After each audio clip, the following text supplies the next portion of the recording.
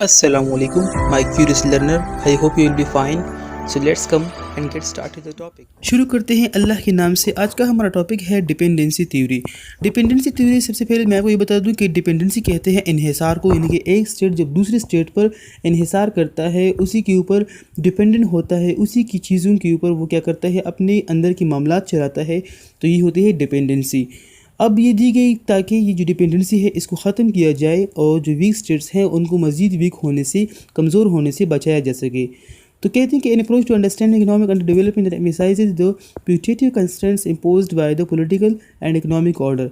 जो political economic order जो powerful states के ज़रिए इम्पोज किया गया दुनिया पर, जिसमें क्या हो गया कि ये जो पावरफुल स्टेट्स है ये रॉ मटेरियल पुअर स्टेट से, जो वीक स्टेट्स थे उनसे रॉ मटेरियल लेके फिर अपने इंडस्ट्रीज़ में, अपने मुल्कों में लेके जाते थे, वहाँ पर इससे अच्छी अच्छी गुड्स बना के फिर इन्हीं वीक स्टेट्स को वो फिर बेचते थे महंगे दामों में।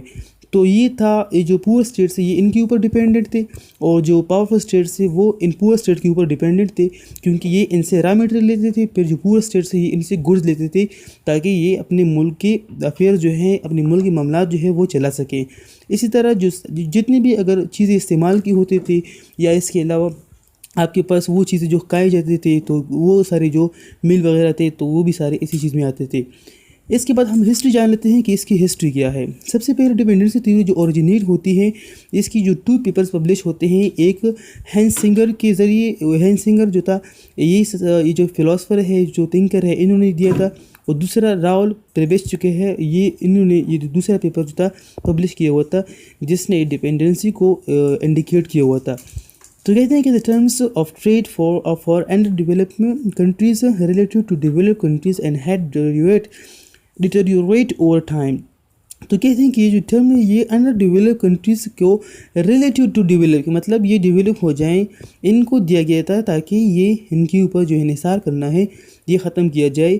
और ये क्या करते हैं, हेड डिटेरियोरेट, मतलब ओवर टाइम, ये टाइम के साथ क्या हो चुका था, ये मतलब और भी बिगाड़ पैदा कर रहा था। तो कहते हैं कि under developed countries were able to purchase fewer manufacture goods from the developing countries in exchange for given quantity of their raw material. यही बात है जो मैंने आपको बताया कि जो पुअर स्टेट्स हैं, जो मतलब वीक स्टेट्स हैं, वो रॉ मटेरियल देते थे, और जो मतलब जो एडवांस और डेवलप स्टेट्स हैं वो इन्हीं रॉ मटेरियल से गुड्स बनाते थे, फिर इन्हीं को महंगे दामों में बेचते थे। तो ये था डिपेंडेंसी थ्योरी का मेन कंसेप्ट। जो मैन्युफैक्चर गुड्स जो है, मतलब ये जो इंडस्ट्रीज़ के थ्रू बनाए जाते थे, पावरफुल जो स्ट्रॉन्ग स्टेट्स थे, बड़े बड़े स्टेट्स थे जिनके पास इंडस्ट्रीज थी, ज़्यादातर ये स्टेट जो थे ये यूरोप में थे, तो वो इन्हीं गरीब, इन्हीं पुअर स्टेट्स की जो रॉ मटेरियल थे वो ले जाते थे, फिर इन्हीं को महंगे दामों में बेचते थे। तो ये थी डिपेंडेंसी थ्योरी का मेन कंसेप्ट। अब कहते हैं कि डिपेंडेंसी थ्योरी, अब ये काम किस तरह इन्होंने किस तरह इसको प्रेजेंट किया डिपेंडेंसी थ्योरी को। ये कहते हैं कि एक आपके पास कोर कंट्रीज़ है और दूसरी आपके पास है पेरिफेरी कंट्रीज़। पेरिफेरल कंट्रीज़ और कोर कंट्रीज़ जो है, जो कोर कंट्रीज़ हैं वो डेवलप्ड है, जिनके पास इंडस्ट्रीज़ हैं। जो पेरिफेरल कंट्रीज़ हैं वो कंट्रीज़ हैं जो गरीब कंट्रीज़ हैं, जिसमें आपके पास, अगर आप कोर कंट्रीज़ देखते हैं तो इसमें आपके पास USA, UK, Germany, Canada, France etcetera आते हैं, और इसके अलावा और भी सारे स्टेट इसमें थे। इसके अलावा पेरिफेरल कंट्रीज़ में आपके पास जैसे कि जो हैती, जिम्बाब्वे है, और इसके अलावा सोमालिया है, अफगानिस्तान एटसेट्रा, जो पुअर स्टेट्स थे। ठीक है जी, इसमें ज़्यादातर थर्ड वर्ल्ड की कंट्रीज़ जो हैं, थर्ड वर्ल्ड कंट्रीज़ वो यहाँ पर इसमें आते हैं।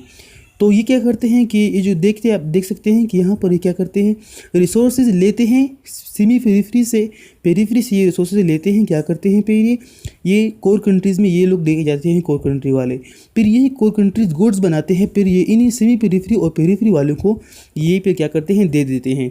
तो ये था इनका कंसेप्ट, और यही जो चीज़ थी, यही आपके पास ये जो चीज़ आई थी, इन्होंने क्या किया हुआ था कि इसी तरह इनकी जो रॉ मटेरियल थे उनको लेके जाते थे, फिर वो महंगे दामों में इसी रॉ मटेरियल से बनाए हुए गुड्स जो थे, जो चीज़ें होती थी, वो फिर इन्हीं को पेरिफेरी स्टेट्स को, जो गरीब स्टेट्स थे, इनको फिर महंगे दामों में बेचते थे।